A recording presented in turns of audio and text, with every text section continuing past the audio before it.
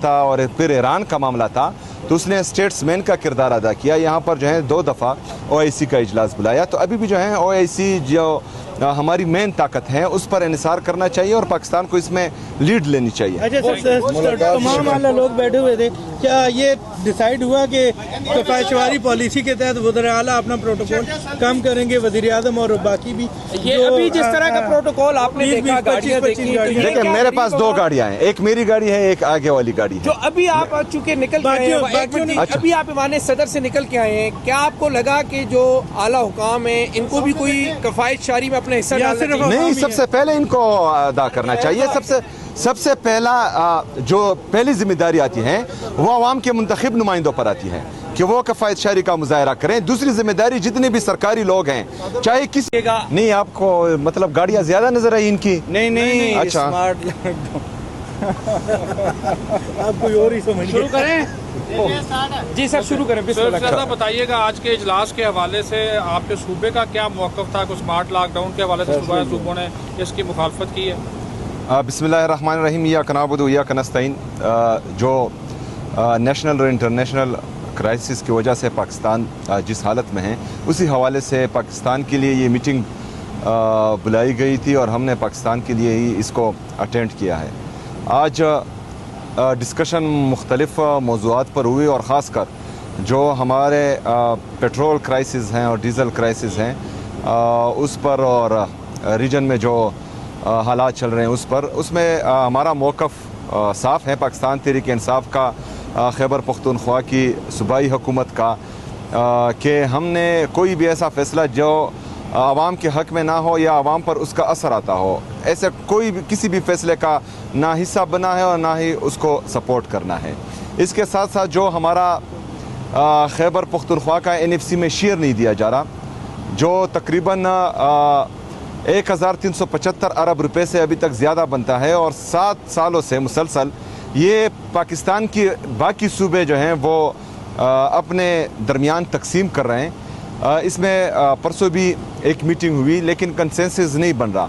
تو 7th NFC award بلکہ اب نہیں 2018 سے غیر آئینی طور پر چل رہا تھا, اور پرسوں جو میٹنگ تھی اس میں بھی ہم نے یہ کہا کہ یہ انکنسٹیٹیوشنل ہے اور غیر آئینی طور پر NFC کا شیئر تمام صوبوں میں تقسیم کیا جا رہا ہے, جس پر جو ہے آئین کی خلاف ورزی کا مقدمہ بھی ہونا چاہیے ان لوگوں پر جو اس کو اپنے ہی درمیان مطلب قبائلی اضلاع کا حق, قبائلیوں کا حق باقی صوبے اپنے آپ میں تقسیم کر رہے ہیں. تو آج خیبر, باجاوڑ, مومند, اورگزئی, کرم, وزیرستان, مومند, ان کے شہریوں کے جو حقوق ہیں وہ پاکستان کے باقی صوبے کار ہیں. تو یہ ساری باتیں میں نے ان کے سامنے رکھی اور ان کو بتایا کہ یہ حل ہونا چاہیے. اس کے ساتھ ساتھ جو NHP میں ہمارا شیئر بنتا ہے وہ بھی ان کے سامنے میں نے رکھا, اور ساتھ ہی ساتھ ریجنل کرائسس کے حوالے سے میں نے جس طرح میرے لیڈر میرے قائد جناب عمران خان صاحب نے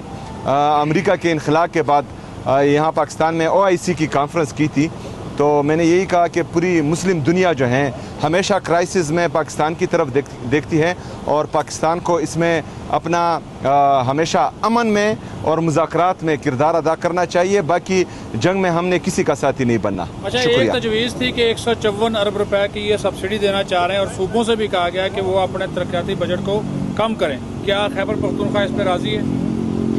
دیکھیں, خیبر پختونخوا جو ہمارے ترقیاتی کام ہے اس میں سے اگر فرض کریں کٹوتی ہوتی ہے تو وہی بات میں نے سامنے رکھی کہ میرا جو ہے اگر آج آپ مجھ سے پیسے مانگ رہے ہیں تو میرا آپ جو ہے NFC شیئر نہیں دے رہے. آپ جو ہیں جو نیشنل پالیسی کے تحت میرے لوگ بے گھر ہوئے ہیں ان پر جو پیسے صبح لگا رہا ہے, کاؤنٹر ٹیررزم کے لیے ہم فرنٹ لائن پر دہشت گردی کے خلاف لڑ رہے ہیں اور اس پر جو ہم اپنے پیسے لگا رہے ہیں دہشت گردی کے خلاف کاؤنٹر ٹیررزم میں. فلڈ میں ہم نے وفاق سے 1 روپے بھی نہیں لیا, سارے اپنے صوبے کے وسائل سے لوگوں کو ہم نے فیسیلیٹیٹ کیا. اس کے ساتھ ساتھ جو ہم صحت کارڈ میں لوگوں کو ریلیف دے رہے ہیں اپنی عوام کو, رمضان پیکیج دیا تو تقریباً 100 ارب روپے سے زیادہ ہم دے چکے ہیں اپنی عوام کو ریلیف, اور اس سے زیادہ بھی انشاءاللہ تعالی دیں گے. اگر خیبر پختونخوا کی عوام کو आवाम को इससे फ़ायदा होगा, पाकिस्तान की आवाम को इससे फ़ायदा होगा, तो उस पॉलिसी में जो है हम अपना किरदार अदा भी करेंगे और उसमें साथ भी देंगे। लेकिन आवाम को नुकसान होगा उस किसी पॉलिसी में भी जो है ना हम हिस्सा बनेंगे ना उसका साथ देंगे। स्मार्ट लॉकडाउन के हवाले से बताएं, स्मार्ट लॉकडाउन के हवाले से बताएं कि क्या सूबे हमायत कर रहे हैं वफाक की कि अगर स्मार्ट लॉकडाउन लगाया जाए तो? देखें, लगने जा रहे हैं आज क्या फैसला हुआ? अभी फैसला नहीं हुआ। वो मुख्तलिफ सूबों का जो है वो मुख्तलिफ राय हैं और अभी जो है अभी